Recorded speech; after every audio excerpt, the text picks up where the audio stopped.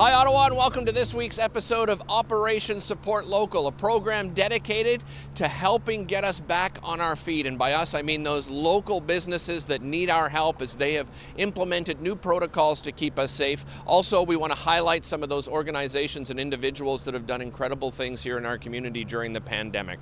We're going to start with one of the hardest hit industries, and that's tourism. Ottawa Tourism encouraging us to tour our very own city. Many of us, of course, can't get away. We are staying in our city and enjoying our vacation during a staycation, and they have implemented the My Ottawa Pass, and you can check out the hashtag My Ottawa Pass to find out more information. Of course, share where you're going, but it's an opportunity to get discounts at local area attractions, also businesses and restaurants, and that's where we start in this week's episode of Operation Support Local. After healthcare, the tourism industry was probably the first hit and the hardest hit industry in the area, and it will take the longest to recover. So we anticipate that losses to the tourism economy or to the visitor economy here in Ottawa will probably be in excess of $1.4 billion for 2020, and it will take years to recover from that. After high tech, tourism is the second most important private sector employer for Ottawa. We employ 43,000 people in a normal year in Ottawa in tourism jobs. Of course, government being your number one employer, and then tech, and then tourism. So you can see that tourism is absolutely a really vibrant and dynamic industry here in Ottawa. Ottawa Tourism was really proud to launch the My Ottawa Pass. It was aimed at residents, and it is aimed at residents, to help people get out and explore Ottawa, maybe try something that they haven't tried before, and maybe have a look at Ottawa through a visitor's eyes. The My Ottawa Pass has over 75 offers on it from all different kinds of businesses, from retail to hotels, to attractions and experiences and restaurants, all kinds of different offers, deals and discounts, that kind of thing that residents can enjoy here in Ottawa. And the objective of it really is to help sort of kickstart that visitor economy. People can visit ottawatourism.ca. Right on the home page, you'll see there's information there about the My Ottawa Pass. So you just click on that. It's a sign-up program, and again, as I mentioned, it does put the pass right on your phone, so it's very convenient for when you're traveling around and checking things out to redeem different coupons, and then redeem right from your phone, so it's contactless. We're really pleased with the business uptake on the My Ottawa Pass. We've had over 75 businesses, each provide their own offer, deal or discount for the resident to enjoy here in Ottawa. And we've had really great uptake from Ottawa residents too, who are just loving being able to sign up for the My Ottawa Pass and explore their own backyard. We've had over 6,600 sign-ups of residents here in Ottawa that are getting to enjoy these deals and discounts. And so we've extended it actually through to September 7th. So they'll have the rest of the summer and the Labor Day weekend to enjoy the My Ottawa Pass and the deals and discounts on it. When we talk about the restart of tourism after COVID-19, this is going to be something that the whole community can help with.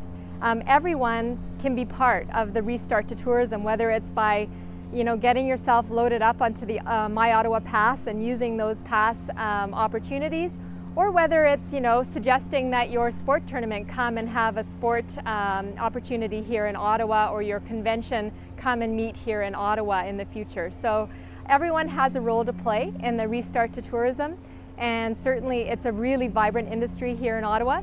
And it's going to be vibrant again and come back again. And right now, we're very pleased to be able to share these experiences with locals.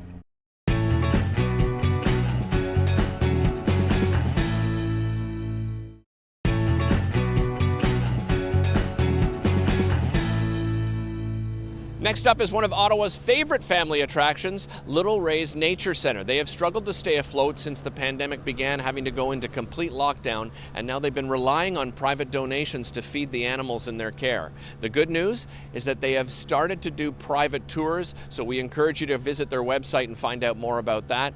A big thanks to Ben Dion for his contributions to this story. Here's our story on Little Ray's Nature Centre.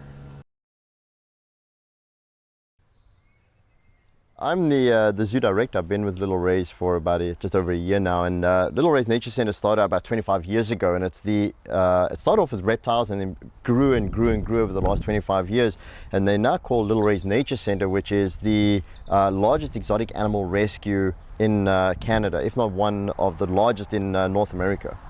So we take in animals of everything. Rescue is a big term for us, so it covers everything from people that want animals as pets that don't want them anymore, people have left the country and they can't take them with them, to animals that have been neglected, animals they found outside, from other zoos that have got a surplus list that we can take on and give every animal a second chance. We have just over 500 animals in here, and about 85% of them are rescued animals. Definitely we have a lot of reptiles in-house because we do still rescue reptiles as well, but we have branched out into other animals as well. We have birds, we have owls, we have hawks, we have vulture. You can see Daisy behind me there. We have inside we have lemurs, we have sloths, and a lot of this comes into our education curriculum where we go out to educate public about them, teach people about responsible pet ownership, about making the right choices of pet for them, because we don't get into this whole saying if this is a bad pet and that's a good pet. Like, it all comes down to what's suitable for that type of person to own as a pet, and is it something they can fulfill that animal's needs.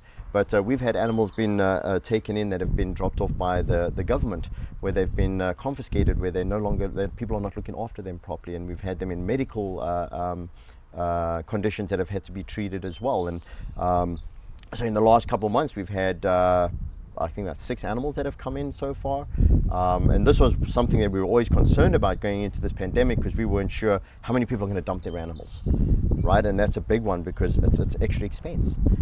We've always maintained the same care for the animals, no matter what's happening on the side. We've been through our toughest times right now because we had just gone through our move, where we moved from the old location, which was a smaller location, to this new larger location that we have now, which is here in Sarsfield, and we've done everything to make it better for the animals. We've given them bigger habitats, we've given them more space, more enrichment, more everything. Our care's never changed, although when COVID hit us, it hit us right in the beginning of our busiest time, which is going into March break and summer. So that hindered us. It cut down about 95% of our revenue for the year. So it's a massive impact that we've had hit us, but we've never stopped caring for the animals. Fortunately, we have had a lot of donations come in. We have had people coming in and donating food, and having our GoFundMe page be as successful as it is, and our donor box is the other one that's also been super. We've also had monthly donations that have come from our donor box as well.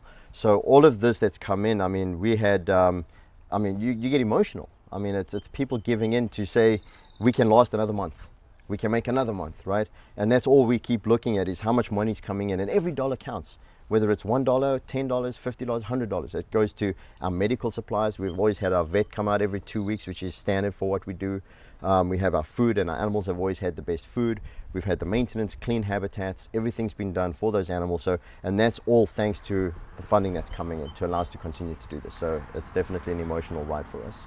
Obviously, everyone has to adapt and change according to what we're allowed to do and what we're not allowed to do, to make it safe for public and for staff. We keep it safe for everybody, our animals and everything else. We've now got to a point where we're allowed to open our doors to 10 people in building at a time. So we came up with an idea of how can we make this work? How can we give back to the community and have them help us at the same time? And so we opened our private tours. And so that people can come in family groups that they've stayed kind of close together with through this pandemic, so there's no risk of spreading that disease, that they're comfortable. There was only same households or friends that were like next to each other. They could come in and have a private tour, so we could give them that. We didn't have hands-on, which is always hard because a lot of people want to feel these animals, and our connection to public and kids is allowing them to touch these animals that so many people are afraid of.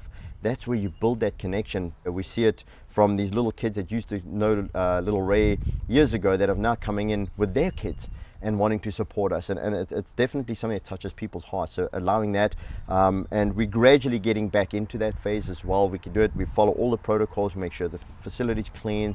We'd never touch, if we are doing it hands-on, we never touch the animals twice. We have multiple animals that we can use. So for people that right now to continue to support us, we have obviously our ongoing, our people booking our private tours to come into the zoo.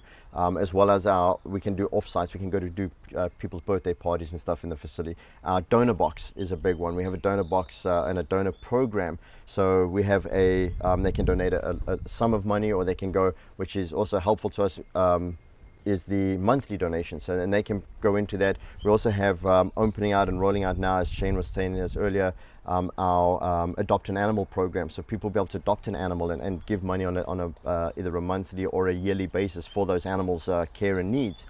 So that's how people can go, and they can go to our website. Everything's on our website at raisereptiles.com.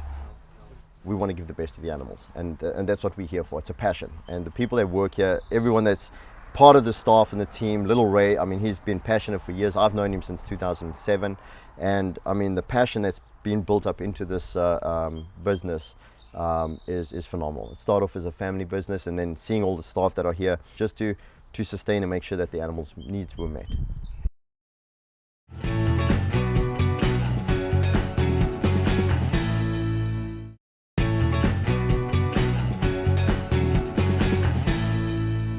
Well, I've been touring around downtown Ottawa. Thought I'd take a bit of a break here at Confederation Park as I tell you about the next story. We head to the Glebe to the Unrefined Olive and speak to owner Elizabeth Kilvert. Elizabeth gave up her secure government job to follow her passion for food. That passion for food has led to olive oils and balsamic vinegars. And like all businesses here in Ottawa, she's been greatly impacted by COVID-19, and she's had to change the protocols to keep both her clients safe and her staff safe.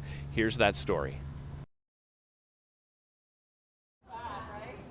So my background is marine biology, and now I currently work in oleology, which is kind of like being a sommelier for olive oil. So I worked as a marine biologist, as a scuba diver in different natural history museums, and my last going off, I worked for the federal government, and I said, who needs a dental plan? Who needs a pension?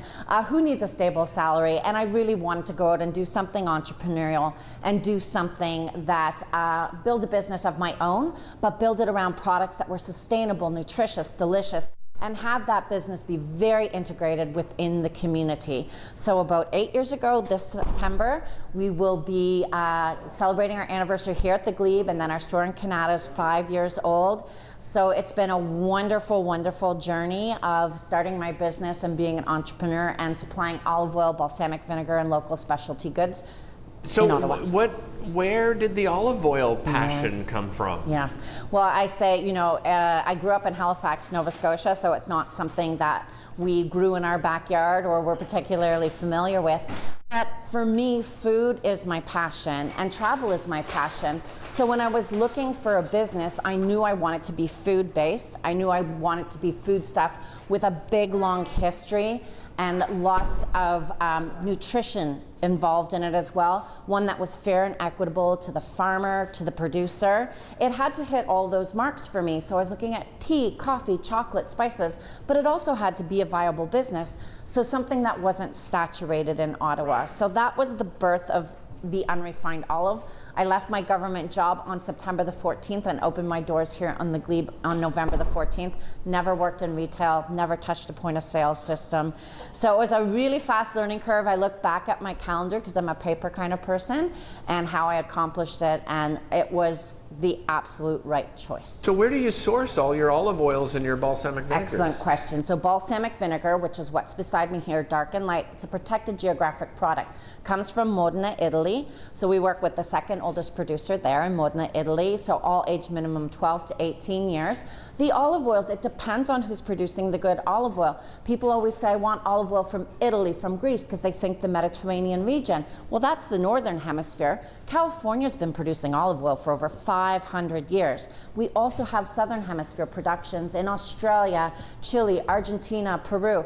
It's not dependent on the country of production. Climate has something to do with it, but there's 700 kinds of olives that can be crushed to make olive oil. Very similar in many ways to the world of wine. So who's producing the good olive oils? And our producers are going for premium taste and nutrition, polyphenols, they're the anti-inflammatories. So that's what we're looking for our customers. But we also have beautiful flavor fused and infused olive oil. So where the fruits or the chilies are crushed directly with the olives, and they're kind of our beautiful gateway olive oils. So you can use them in marinades and all kinds of salads, food production, and the balsamic vinegar are fantastic in drinks and cocktails because they're probiotic and antioxidant. So there's this deep, rich history, there's this pleasure. You can talk about food all day. Who wouldn't want to jump into something like that? So we moved to an online order system, which we already had set up, and that's the way we're continuing to conduct ourselves right now, because it's contactless. It keeps us organized at both stores. I still haven't managed to split myself in half or clone myself to be at Canada and the Glebe at the same time, bringing back 2 of my team members part-time so we can be safe and social distance in the store. But I think that's key. Business at this point needs to figure out what model and solution works. As a customer, check to see what a business is doing. There's no value to being in this space, social distancing, being gloved and masked, and having those conversations and having to sanitize everything, because we still can't sample at this point. It's not a condoned activity. And even when it is, it's reaching mask up and down. So we are very happy to conduct ourselves online to deliver to people who may not be able to make it into the store. So this is the way that's, as I said, best and safest for us. We've been wonderfully busy with our clientele, and then people find it very easy to use the online system. And once you've done that, it saves your details so you're ready to go for the next. For those people that want to put in an online order, yes. What's the website to go to? www.unrefinedolive.com. Click on shop, you'll see all the categories come up. And please remember, even though we've moved online, we're here in the stores 5 days a week. Call the store if you need help selecting an olive oil or balsamic, or if you're looking for a recipe idea, and lots of recipe ideas online. But we're here in person to help you choose that peppery single estate olive oil, or a gift for someone, or send that gift to someone. So it's still personalized service at a social distancing time. We're here as people, we're available. Place your order online, come in, pick it up, and have a wonderful visit with us in the store.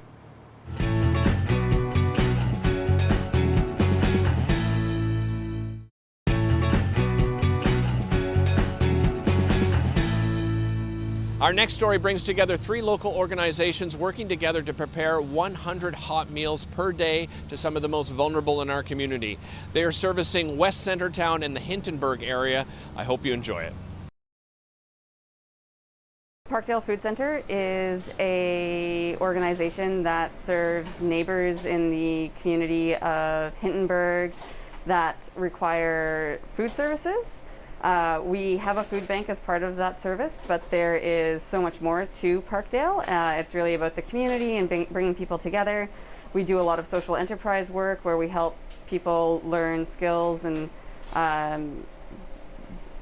be better able to be employed down the road. We do a lot of cooking workshops. Food is at the center of everything that we do at Parkdale. Right. And so when the COVID-19 pandemic hit, it meant that we had to shut down a lot of our programming, and everything really moved into the essential service of food banking, which is so little of what we like to do at Parkdale.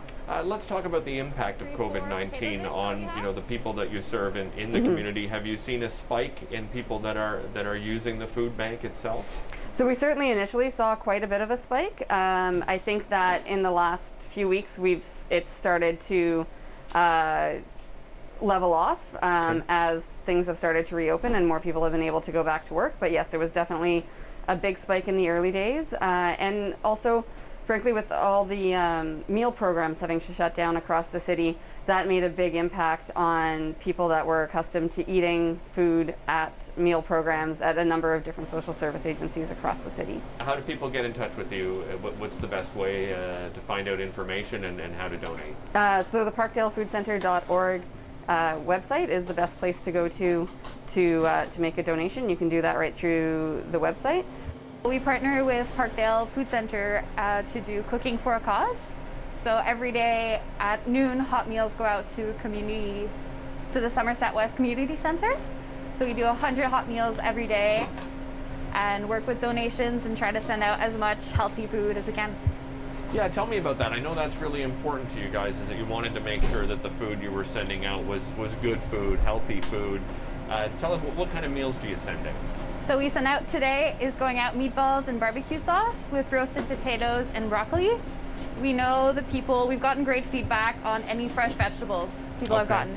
So anytime we're able to send out broccoli or cauliflower or any type of fresh food, people really enjoy it. send out a lot of pasta, we send out burritos, and Nice. always try to stuff as many veg in as we can. Meat is up and down because just of the cost, but when we can't do meat, we try to put lentils or beans or anything that will keep it high in protein and nutritious for them. Where do the donations come from? The donations come from a bit everywhere. We've had suppliers at Cisco, we've got Orleans Fresh Fruits, working with Food Rescue. Okay. So a bit everyone can say, hey, we've got extra food, do you want to take it? And Parkdale has helped facilitate that Right. and make it easier for us to get our hands on the donations. Somerset West Community Health Center is an organization that serves the needs of West Centertown and Hintonburg, and we work with everybody from pregnant moms to seniors who are socially isolated and vulnerable. So the entire continuity of the human experience, we try and meet everybody's needs where they're at as much as we can. And as a community health center, we're very focused on a holistic approach to health. Okay. So there's the primary health care center where you can go and get access to your doctor or to a walk-in clinic. But then there's also, like I said, outreach to vulnerable seniors. We do social recreation programs. There's Tai Chi in the park. There's culturally specific programming. Because we're co-located in Chinatown, we have counseling and outreach work that happens in Vietnamese, Thai, Cambodian, as well as English. And we have a robust harm reduction program, which is where I spend most of my time, as well as community development programs. And we staff the Rochester Heights Community House for after-school programs and support in that area. For me personally, because I work in the harm reduction program, a lot of our clients are street involved. They may be precariously housed or homeless. And so for our program, there was a huge impact just because all of the other services that people rely on to meet their daily needs had to shut down.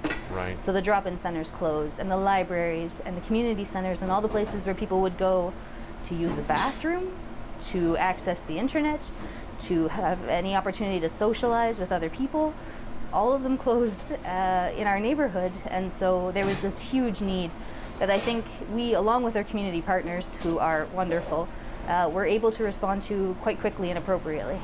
Private donations give us flexibility to be able to meet emerging needs very quickly without having to go through the whole process of making a funding proposal, explaining why we need these resources to our funders. You know, it just enables us to be much more responsive than we might otherwise be able to be.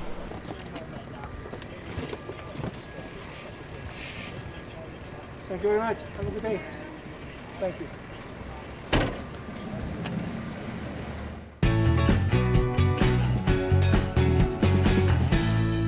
We hope you enjoyed this episode of Operation Support Local. We'll be bringing you many stories like the ones you've seen each and every Friday at 7:30 p.m. and repeats on Sundays at 6 p.m. Thanks for watching.